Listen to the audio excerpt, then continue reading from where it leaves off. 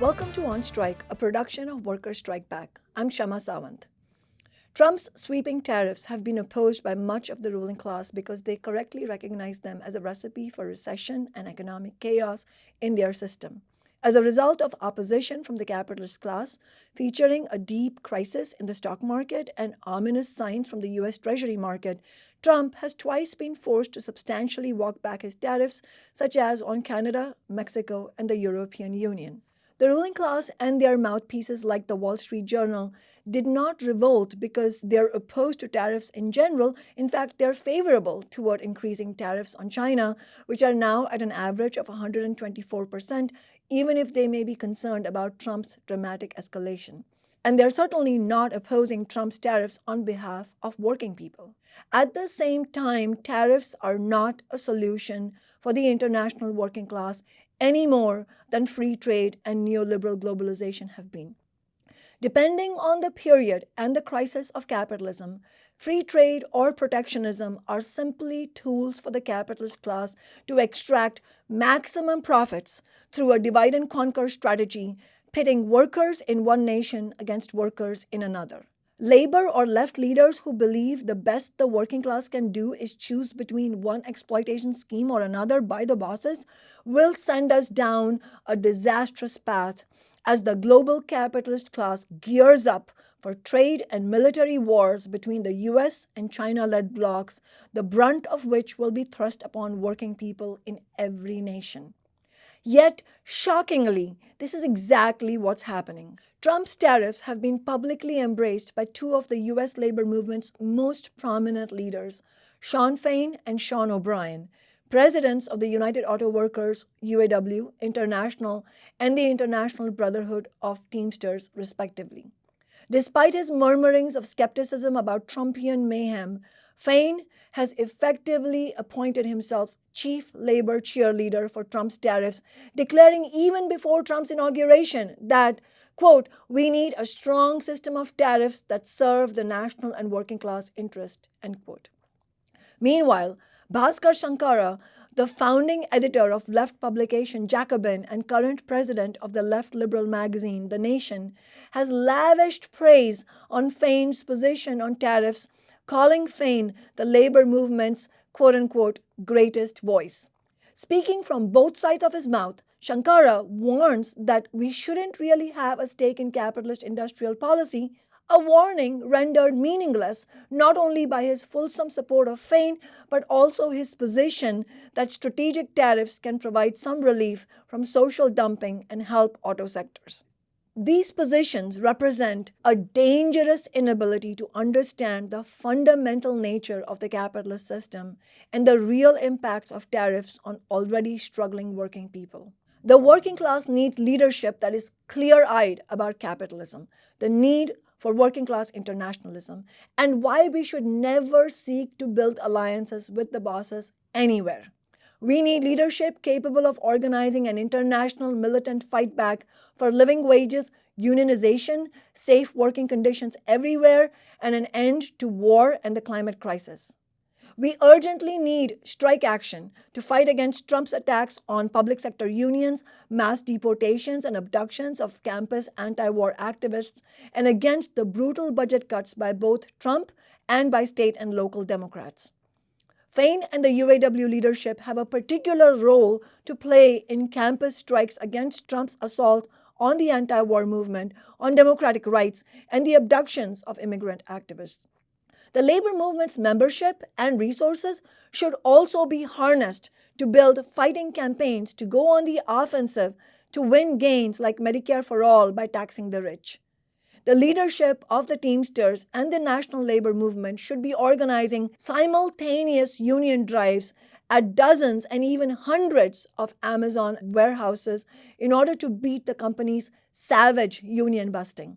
Coordinated strikes to shut down Amazon warehouses across the nation will be needed. All of this is urgent and necessary, and instead, much of the labor leadership is making its peace with Trump and welcoming his tariffs. Before we continue, please take a moment to like this video and subscribe to our channel. When the anti-war movement is under attack, what do we do? Stand up, fight back! No cuts, no furloughs! Strike, strike, strike! If you have been watching On Strike, you know that we bring coverage, political analysis, and strategy for the working class of the kind you simply won't find in the mainstream media.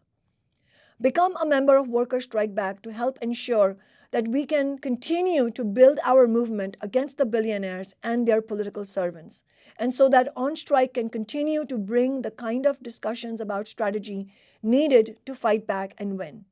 We don't run any ads, we don't accept any corporate money, and we rely on donations from working people like you. Go to workerstrikeback.org and click on Become a Member. Trump was forced to declare a 90-day pause on big parts of his plan after the stock market debacle, but a lot of damage has already been done to working people, including to their 401k retirement accounts and the continuing spikes in the cost of living. It has also had wider consequences for the bosses system, to business planning, consumer confidence, the U.S. state's standing among its allies, and the decades-long reputation of the U.S. as a stable anchor for the world economy. Had Trump not reversed course, a recession in the near term was very likely, and it's still likely not far delayed. Sean Fain's argument for tariffs includes the idea that stock market slumps are exclusively rich people's problems.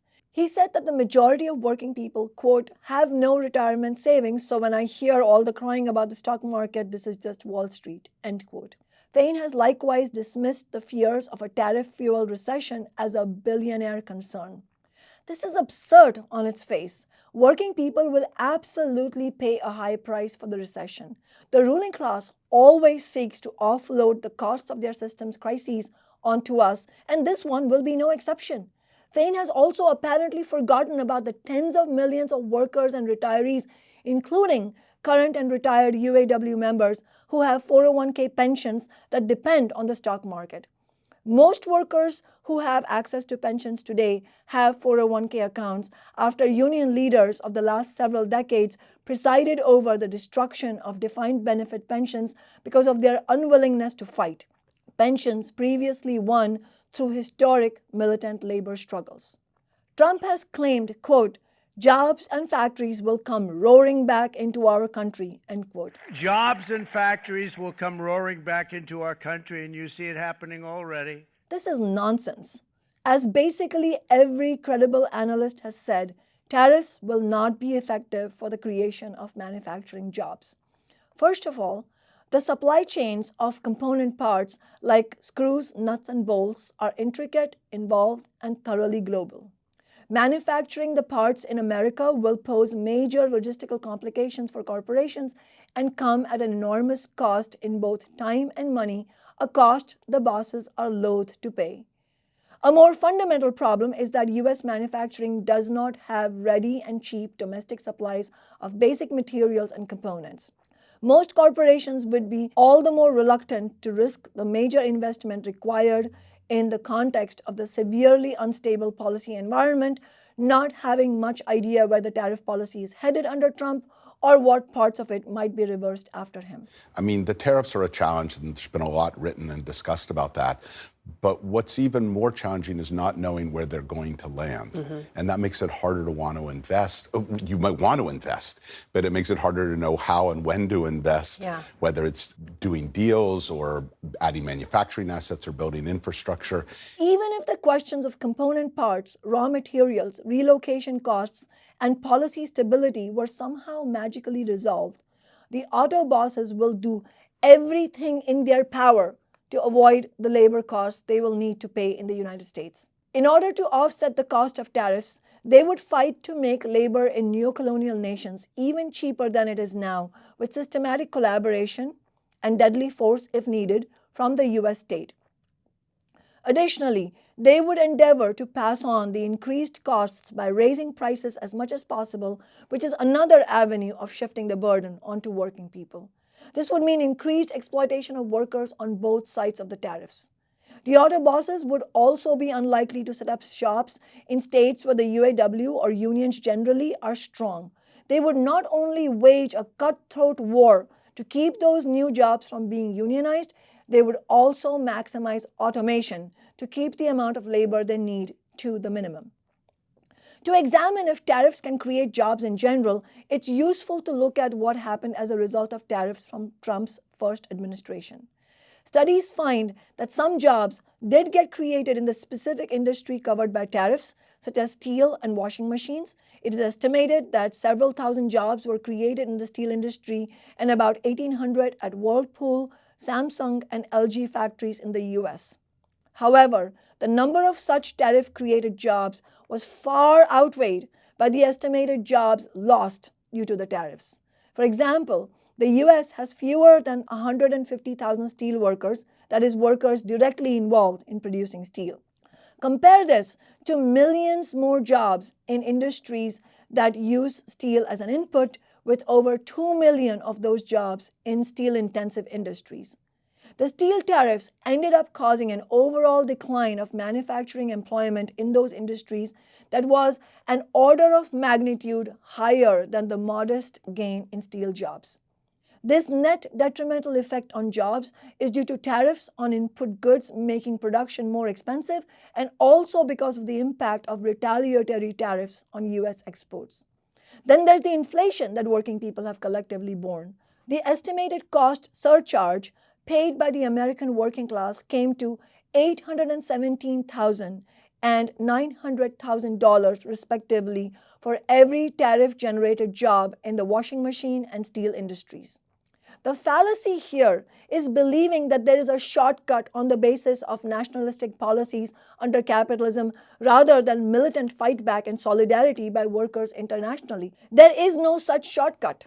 Fain claims that, quote, the point of tariffs is to eliminate the race to the bottom where we are exploiting people, end quote.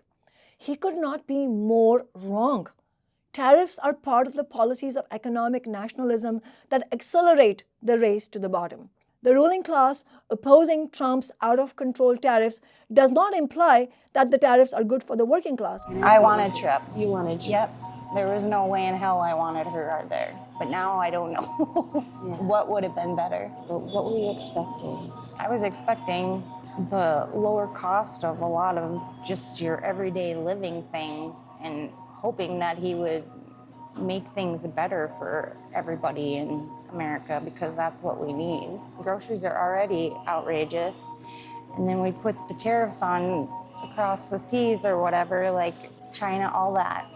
It just makes everything more expensive for everybody. And it also doesn't mean that tariffs are purely a Trumpian project. Tariffs are an integral part of the US-China trade war, which itself is central to the wider US-China conflict. They are one part of an overall increase in economic nationalism and conflict, which began before Trump and will continue after. So make the case to the average working class American about why the Trans-Pacific Partnership, the Asian trade deal, is good for them. If we don't write the rules, China will write the rules out in that region. We will be shut out, American businesses, American agriculture. The present crisis of capitalism, polarized in two blocks between the US and China, inevitably leads the world's powers towards increasingly fierce competition. This will include both economic and military conflict, as is on display in the bloodbath in Ukraine. In fact, the war in Ukraine is openly recognized by bourgeois analysts as a proxy war between the US-led and the China-Russia-led blocs. Just like it was with free trade and globalization, the push for tariffs is on behalf of the US capitalist class, despite their protests when it goes too far too quickly, and is particularly geared towards punishing Chinese imperialism and the capitalist classes aligned with it. The Chinese state is doing the same in reverse. Every capitalist state will viciously place the maximum burden of economic and military warfare on the working and poor people in those regions as the conflict plays out. None of this is good news for working people. Fain is actually playing right into the hands of a divide and conquer strategy by the capitalists, turning workers in one country against workers in another. The likely best outcome for such a misguided policy would be manufacturing jobs for some workers, only for them to be disproportionately outweighed by far bigger job losses for other workers and massive inflation for all working people as direct effects of the tariffs, with the added probability of a recession further undermining our living standards. Capitalists use recessions and even the threat of one to go on the offensive, cutting social programs and attacking unions. This is already being carried out on an unprecedented scale right now, both by Trump and by the Democratic Party in states and cities across the country. In the context of the ensuing crisis after Trump's tariff announcement, Fain revised his statements and said he's not sure about all the tariffs, but favors those for the auto industry. This is shockingly out of touch with the overall impacts of tariffs on working people. It's also eerily reminiscent of the rotten position taken by the leaders of the American Federation of Labor in the 1910s through early 1930s. Those leaders maintained a narrow focus on craft-specific organizing, aiding the bosses in their divide and conquer efforts by gatekeeping against industry-wide organizing. They rejected the militant methods and working-class solidarity required to build a fighting labor movement. For labor leaders like Fain and O'Brien, to support tariffs is a failure to understand or a refusal to acknowledge the global nature of capitalism, the basics of international supply chains, and the fact that the bosses will always squeeze every last drop of blood from the working class for their profits. Fain has repeatedly talked about tariffs being needed to address the crimes of NAFTA, the North American Free Trade Agreement, that at least tariffs are a quote-unquote tool in the toolbox. Tariffs are a tool in the toolbox. They're a first step.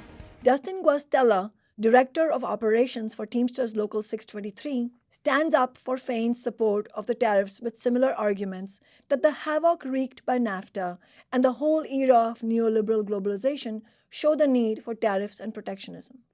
NAFTA, which was the bellwether for the era of free trade and globalization that took a wrecking ball to U.S. manufacturing jobs, was certainly a historic attack on the American working class.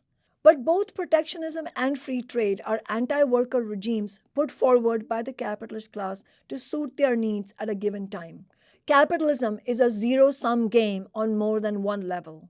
The bosses get to accumulate profits and wealth only by stealing most of the fruits of working people's labor, and workers can only win substantial improvements in their lives if they get organized to inflict defeats on the ruling class and seize back a small measure of the vast wealth robbed from them. And internationally, as well as within a nation, the bosses aim to use protectionism just like they use free trade, globalization, or any of their policies, to divide up the spoils of our labor amongst themselves while pitting working people against one another. If tariffs allow more U.S. jobs, it means job losses for workers in nations subject to the tariffs. Retaliatory tariffs will mean the opposite effects, and so on and so forth in an accelerating trade war. What differs between different policy regimes is how the spoils are divided up among the global capitalist class. What remains a constant is that billions of working people are ruthlessly exploited. Karl Marx and Friedrich Engels were very clear about this over 150 years ago. In an 1845 letter to a publisher, Engels tells them that they have misunderstood his and Marx's position on protectionism and free trade. Engels says, quote, "We have no intention of defending protective tariffs any more than free trade, but rather of criticizing both systems from our own standpoint. Ours is the communist standpoint," end quote. Before Trump was forced to hit pause on the most extreme Liberation Day tariffs, Teamster President Sean O'Brien cheered the 25% tariff on Mexican beer, saying that, quote, "it will help the 80,000 plus brewery workers in the Teamsters in America almost immediately," end quote. The Teamster leadership has further claimed this tariff will help set, quote unquote, "a standard for dignified living that American workers deserve."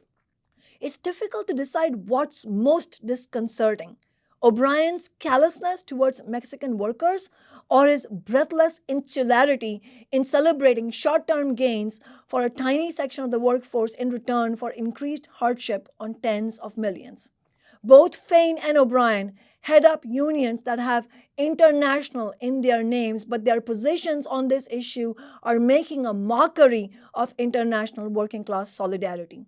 By enthusiastically supporting tariffs, they're effectively saying they don't care about the harm caused to workers in other nations, in addition to totally failing to understand the effects these policies will have on American workers. Labor leaders across the border are hardly doing any better. Francois Laporte, president of Teamsters Canada and vice president of the International Brotherhood of Teamsters, opposes Trump's tariffs based on the negative impact it would have on the Canadian working class. Rather horrifyingly, though, Laporte defines the power of solidarity as unions and corporations coming together for the purpose of, quote, protecting the Canadian economy and defending our workers and our identity as a nation, end quote, without a hint of working class internationalism. The bosses in every nation have a spin machine that uses the ideas of national pride and patriotism in order to mask the most important division under capitalism: class. That spin machine is in overdrive right now, though it is a perpetual one under capitalism. We need to be clear. As workers, no matter what country we reside in, our enemies are the rich, not other workers. Labor leaders aligning with the capitalist class in their own nations has frightening and bloody historical precedent.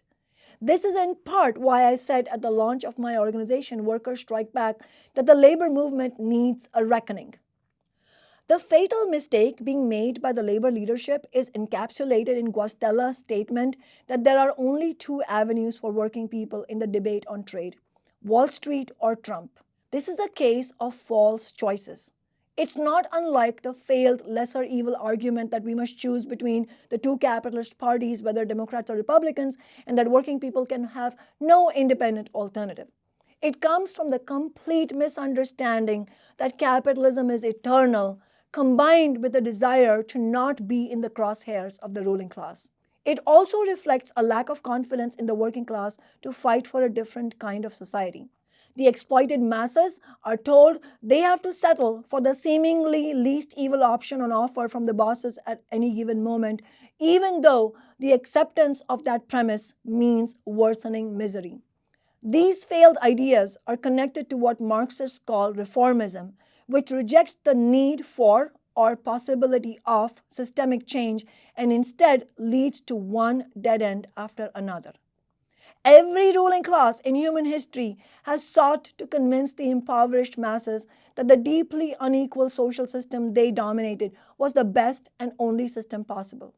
But none of the earlier class societies was eternal. Not feudalism, not slave societies, not the Roman Empire. And capitalism isn't either. Capitalism is not only not immortal, it is rotten to the core, and if it is allowed to continue, it will destroy humanity and the planet. Reformism is the rejection of this basic understanding, and it has had devastating consequences for the international working class. We need a complete break with it. Its logic inevitably leads to the idea of making peace with the capitalist class and with their political spokespeople, regardless of the cost. Reformism is the conviction that the most that labor leadership can do is try to squeeze a few more nickels from the bosses for a section of the working class. It doesn't really matter what motivation Fain and other leaders have for taking this misguided position on tariffs. The damaging effects on working class fightback will not be lessened by quote-unquote good intentions, even if they exist. And unfortunately, theirs is not an outlier position. Reformism goes hand in hand with business unionism, which has engulfed the labor leadership. Business unionism bases itself on the idea of finding common ground with the bosses. Most business unionist leaders avoid strike action at all costs and put the emphasis on the quote-unquote bargaining table. In stark contrast, class struggle unionism recognizes the always existing class conflict between bosses and workers, the need for relentless militant organizing, and the strike action as the sharpest weapon in the hands of workers. Fain and his fellow UAW leaders did organize a crucial strike in 2023. Workers' Strike Back strongly supported the strike, but we also pointed out the limitations of the leadership's strategy. Their stand-up strike strategy meant not shutting down all plants of the Big Three. Under Fain, only one plant each at Ford, Stellantis, and General Motors was struck for the first 8 days, and none of those was any of the company's most profitable plants, like those that produced the Ford F-150, the Dodge Ram 1500, or the Chevy Silverado. This meant that the strike started out by posing a very limited threat to the bosses. Eventually, the UAW strike did grow to include more than 45,000 workers at 9 Big Three assembly plants. On this basis, while not as strong as it should have been, the strike won breakthrough victories because it cost the automakers billions of dollars. At the same time, the gains won fell far short of the monumental losses suffered by the workers during the preceding 2 decades from NAFTA and free trade policies and the lack of class struggle unionism. In the run-up to the 2023 strike, the UAW leadership promised to reverse the losses of past concessionary contracts. But as many workers pointed out, the top pay rate won was still less in terms of purchasing power than what it was in 2006. Not only could past losses have been overturned on the basis of a class struggle strategy, it would have helped launch a revival of militant ideas. The capitalist class has the resources to wait out even a long strike, particularly one with limited effects on their bottom line.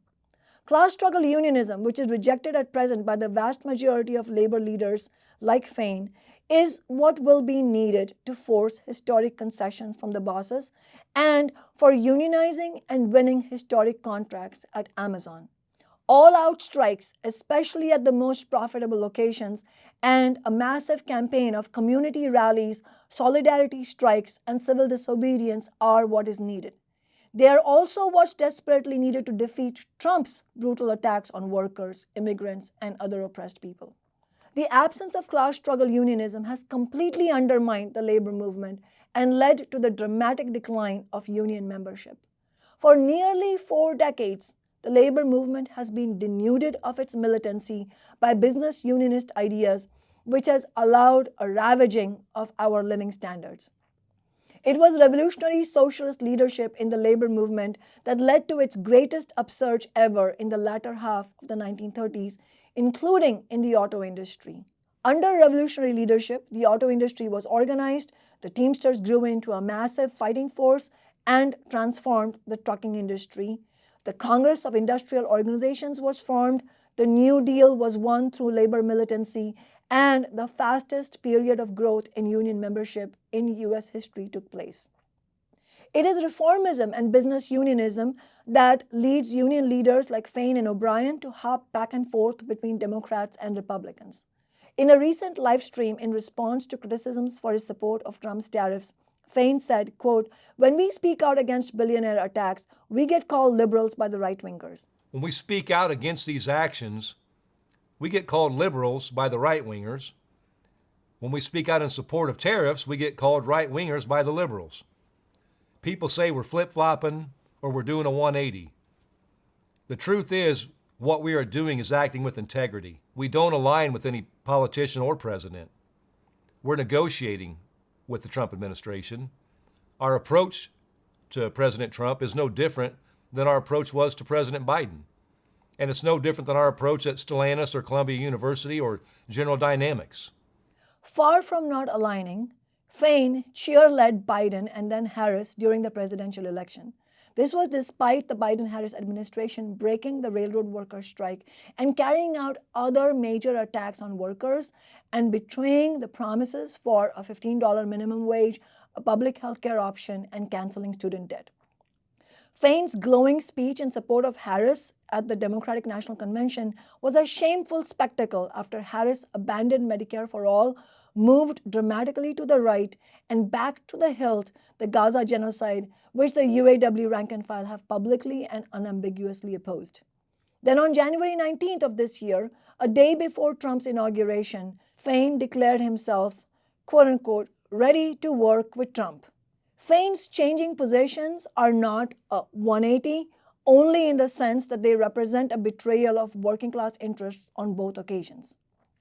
O'Brien allowed himself to be courted by Trump last year.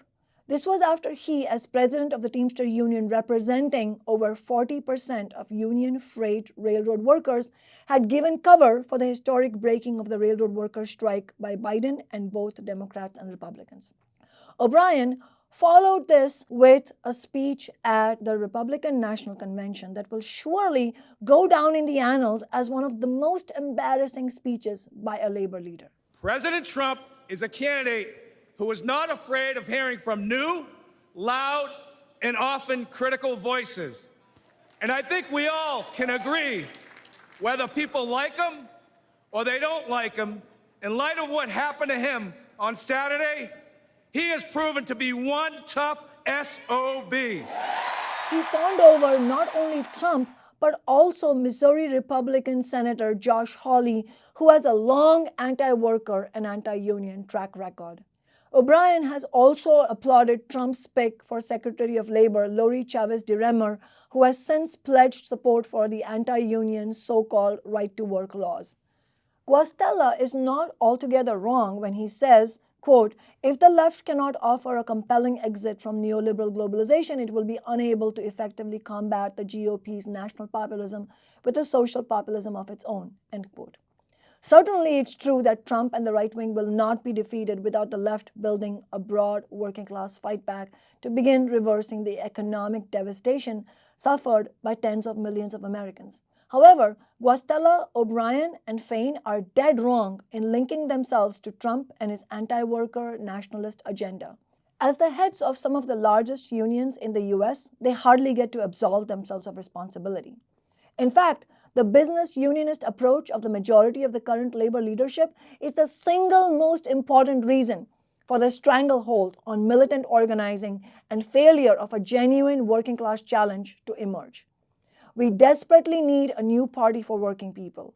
If labor leaders with the resources of O'Brien and Fain were to initiate the formation of such a party, millions would join. But we should not hold our breath for it to come from either of them. The interests of the billionaires and the multimillionaires, the capitalists, are diametrically opposed to the needs of the working class, the poor, the oppressed. Both the Democrats and Republicans are warmongering parties of the capitalists. This is why we launched Workers' Strike Back, because there is an urgent need for a fighting working class alternative to both the anti-worker parties and also to the failed union leadership. It is openly being acknowledged in the bourgeois press that the trade wars are a precursor to potential military conflict between China and the US. While I would disagree with much of the left's characterization of Trump as a unique figure acting independently of broader developments, his personal qualities do play a role in some of the more extreme aspects of his agenda. The insane scale of his tariff regime is opposed by the ruling class. Trump's chaotic, unpredictable nature is the main reason he was not preferred by a big section of the American ruling class as their representative. However, they do like significant parts of his agenda, and the general trend towards protectionism, ending of globalization and offshoring, and ramped up tensions between the US and China are hardly just about Trump. Economic nationalist policies were increasing under Obama, and they continued to increase under Biden, and much of the expansion of tariffs will not go away after Trump 2.0. Trump's first election and also the second one after leaving as the most unpopular modern president reflects both the deep crisis in US capitalism and the near total vacuum in militant working class leadership. The defining feature of the period is the superpower American capitalist class losing its edge with the change from a unipolar to a bipolar world and China moving forward, albeit itself also severely crisis-ridden. Trump's Make America Great Again signature slogan in part captures the global economic and geopolitical reality of the crisis of US capitalism today. The American dream has collapsed. The call to restore it found an echo in the context of cratered living standards, the loss of middle-class wage jobs, slashing and burning of welfare and basic programs, dismantling of affordable housing and funding for public schools and public infrastructure, and most potently, hollowing out of manufacturing and industry jobs and the creation of economic deserts in the heartland of America. But the American dream will not be restored on the basis of Trumpism and tariff policies any more than it would be by a return to the neoliberal free trade policies of the prior era. Neither of these policies represents the interests of working people. They are both attempts to maximize profitability at the expense of not only American workers, but workers around the world. And the American dream will only sink faster the longer business unionism maintains its grip on the labor movement and the Democratic and Republican parties maintain any authority with the working class. We desperately need a new party for working people. The clock is ticking because we face the potential of both World War III and an environmental crisis of a severity that could bring down human civilization. Neither of these looming disasters will wait patiently for a powerful workers' and socialist movement to reappear and set things right. The urgency could not be greater. We need to reject all the false shortcuts being dangled in front of us and build an independent militant movement to bring down Trump, the billionaires, both their political parties and their system. In order to build such a movement, we need you to get involved. Workers' Strike Back is establishing new chapters and waging battles against the bosses and their representatives across the country. Sign up right now to become a member of Workers' Strike Back at workersstrikeback.org. As this current crisis shows us, the fundamental failures of the leadership of the labor movement stem from the lack of a socialist analysis or even the basic understanding that there is no way to make peace with any parties of the ruling class. They simply cannot see that capitalism is not and cannot be made to be a system that meets the needs of working people or the planet. If you agree that we need to fight for a fundamentally different kind of society, for a socialist world, you should join my organization, Revolutionary Workers, at revolutionaryworker.org. Solidarity.